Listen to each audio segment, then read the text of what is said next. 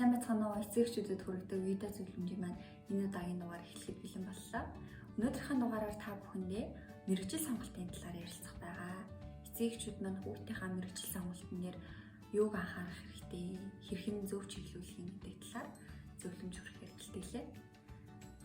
За, эцэгчүүд болон хүүхдүүдэд ингээ мэргэжил сонголтын зөвлөгөө өгч байхад ажиглагдсан нэг зүйл маань эцэгчүүд ер нь бол хүүхдтэй өөрийнхөө үзэл бодлыг тулгах хандлага их байдаг. Өөрийнхөө магадгүй болж байгаагүй мэргэжлийг зөвлөдөг ч юм уу, эсвэл нийгэмд аягүй эрэлттэй байгаа гэсэн мэргэжлийг чи яг энэ мэргэжлээр сурч гэдэг юм уу иймэрхүү тохиолдлууд ажиглагддаг. Тэгэхээр хүүхэд гэдэг маань өөрөө бас тусдаа нэг хувь хүн байгаад байгаа. Тэгэхээр тэр хүн ч гэсэн өөрийн гэсэн үзэл бодол, хүсэл сонирхол байгаа. Тийм учраас хүүхдийнхээ үзэл бодол, хүсэл сонирхлыг сонсдог байгаарай гэж хэлмээр байна. Хүүхд бол таны дутуу дүүрэх ёстой зүйл биш. Тэгээд хэрвээ ингээд бид нэр хүүхдтэй өөрийнхөө хүсэж байгаа, өөрийнхөө болохыг хүсэж байгаа тэр мэргэжлээ хүүхдтэй зөвлөчгөөрөө мэргэжил сонголт маань буруу болох магадлал маш нэмэгдэж ирдэг. Тэгэхээр мэргэжил сонголтын дээр бол хийгдсэн маш олон судалгаанууд байдаг л да. Тэгэхээр их сургуулиудын оюутнуудаас авсан судалгаагаар тухайн яг суралцж байгаа мэргэжилтэй сэтгэл ханамжтай байгаа юу мэргэжлээрээ ер нь бол төгсөөд ажиллах уу гэдэг ийм асуулган дээр бараг 60 орчим хувь нь суралцж байгаа мэргэжилтэй сэтгэл ханамжгүй буюу төгсөөд өөр мэргэжлээр суралцах ч юм уу бодолтой байгаа гэсэн ийм хариулт өгсөн байсан ийм үр дүн гарсан. Тэгэхээр 60% гэдэг бол маш өндөр тоо Тэгэхээр энэ 60%-ийг бүрдүүлээд байгаа хүчин зүйл маань нөгөө бидний хүүхдтэй шаардаад ингээд өөрийнхөө хүсэл сонирхлоор ингээд хүүхдийн мэргэжлээ сонгуулад байгаа тэр маань орж байгаа. Тэгээд нийгэмдэр эрэлттэй байгаа гэсэн мэргэжлийг сонгодог.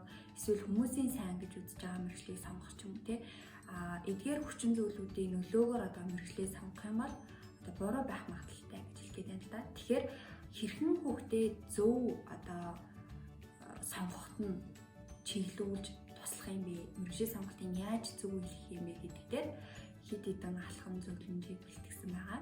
За нэгдүгээр хүүхдийнхээ зан чанарыг таньж мэдэх гэж байгаа. Ерөнхийдөө зан чанарын онцлогт тохирсон мэргэжлийг сонгосноор ирээдүйд таны хүүхд ажил мэргэжлийн хувьд амжилттай байх, цаашлаад ажилдаа сэтгэл ханамжтай байх гэдэг асуудлууд бол шийдэгддэг хамгийн чухал зүйл гэж хэлж байна. Тэгэхээр ажил мэргэжил болгонд өөр гэсэн онцлог байдаг учраас хүн болгоноос өөр гэсэн уур чадвар зан чанаруудыг шаарддаг юм байна л да. Жишээлбэл эмч гэдэг мэргэжил айлаа гэхэд бусдыг ойлгох чадвар өнөртэй байх хэрэгтэй. Бусдад зөвлөж туслах сонирхол хүсэл эрмэлзэлтэй байх хэрэгтэй Харин маркетинг борлуулалт хууль зүйн гэх юм бол илүү өрсөлдөөнч, хор шартай, амбицтай байх хэрэгтэй ч гэдэг юм те. Тэгэхээр мэргэжил болгон маань өөр гэсэн зан чанаруудыг шаарддаг байна. Тэгэхээр яг тухайн хүүхдээ чинь сонирхож байгаа мэргэжил танай хүүхдийн чинь зан чанартай нийцэж гинэ үү гэдгийг харах нь хамгийн чухал гэж хэлж байгаа. За хоёрдугаар болохоор хүүхдийнхээ сонирхлыг таньж мэдхэд нь туслах хэрэгтэй. За хүүхд ерөнхийдөө ингээд дуртай зүйлийг асуухаар магадгүй дуртай хичээл ч юм уу те. Тэгэхээр өөрийнхөө хамгийн сайн хийж чаддаг хичээл эсвэл багш нар аюугаа ойлгомжтой ордог хичээл ч юм уу те. Тэр хичээл ингээд дуртай хичээл гэж хэлэх магадлал өндөр гэдэг чинь те. Гэтэ яг үнэндээ тэр хичээл дээр маань сурж байгаа зүйл маань бүр ингээд амьдрал дээр буугаад боддоор ажил мэргэжил болоод ирэхээр бол өөр гэдэг гэсэн өөр байдаг. Тэгэхээр яг сонирхлоо зөв таньж мэдээд байна уу? Эсвэл тэр сонирхол бүрэлдэхүүн тогтоод бусдын нөлөө байгаад байна уу гэдгийг танихт нь туслах хэрэгтэй гэж хэлж байгаа. За тэгээд хүүхдийн сонирхол бүрэлдэж тогтоход гадны нөлөө маш их байдаг. Бид нар энийг ч өөрсдөө хүүхд маань ч гэсэн анзаардаг.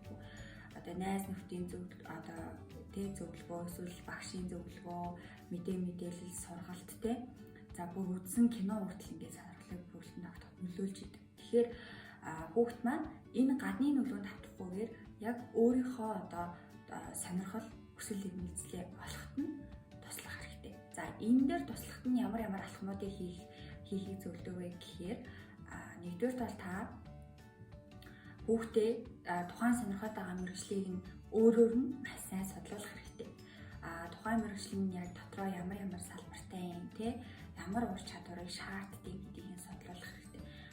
Тэгээд дараагийн алхам маань болохоор тухайн мэргэжлэр аюу амжилттай ажиллаж байгаа үедээ мэргэжилтийн уулзуулж үзүүлэх хэрэгтэй.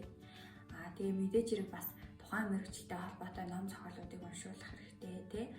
Тэгээ үнэхээр боломж бүрдэх юм бол тухайн мэрэгчлэр яг ингээд өөрөө сонирхоод байгаа мэрэгчлэр нь ер нь ажлын процесс нь яаж явагддгийг гэдгийг ингээд нэг харуулад ажлын байран дээрх дадлага хийлгэж болно. Энэ нь одоо нэг өдөр байсан ч хамаагүй тий.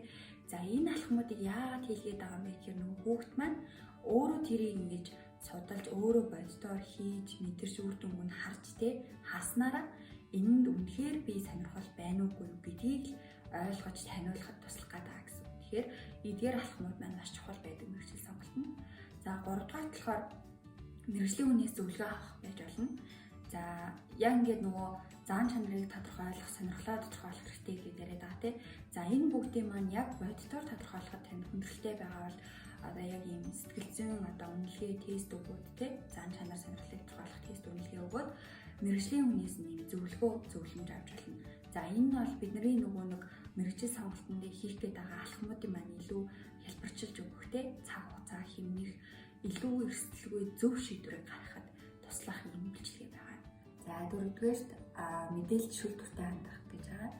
За энэ нь яг юу гэсэн юм бэ гэхээр эцэг эхчүүд ихэвчлэн юм хүүхдтэй нийгэмдэр эрэлттэй байгаа эсвэл цалин авах цайтай гэсэн хэрэгслүүдийг зөвлөдөг тий. Гэхдээ эрэлт хэрэгцээ цалин амжиг авч үзэх нь зөв. Гэхдээ энэ үзүүлэлт маань нэгдүгээр байж болохгүй гэж хэлгээд байгаа.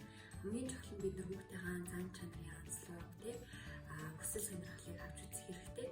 Дараагийн асуудлууд төр наадмын одоо эрэлт хэрэгцээ цалин амжиг тавьж болно. Тэгээд эрэлт хэрэгцээг авч үзэхдээ бид нар яг бодтой мэдээлэл дээр одоо үндэслэж зөвлөж гинүү гэдэг бас өөрсдөө аягүй анализ хийх хэрэгтэй. Хин нэгний зөвснөр тий одоо энэ мэргэжил сайн юм байна, энэ мэргэжил ирээдүйд аягүй эрэлттэй юм байна гэд хэлжингүүт нь энэ сайн гэж штэ гэд хүүхдээ зөвлөдөг тий.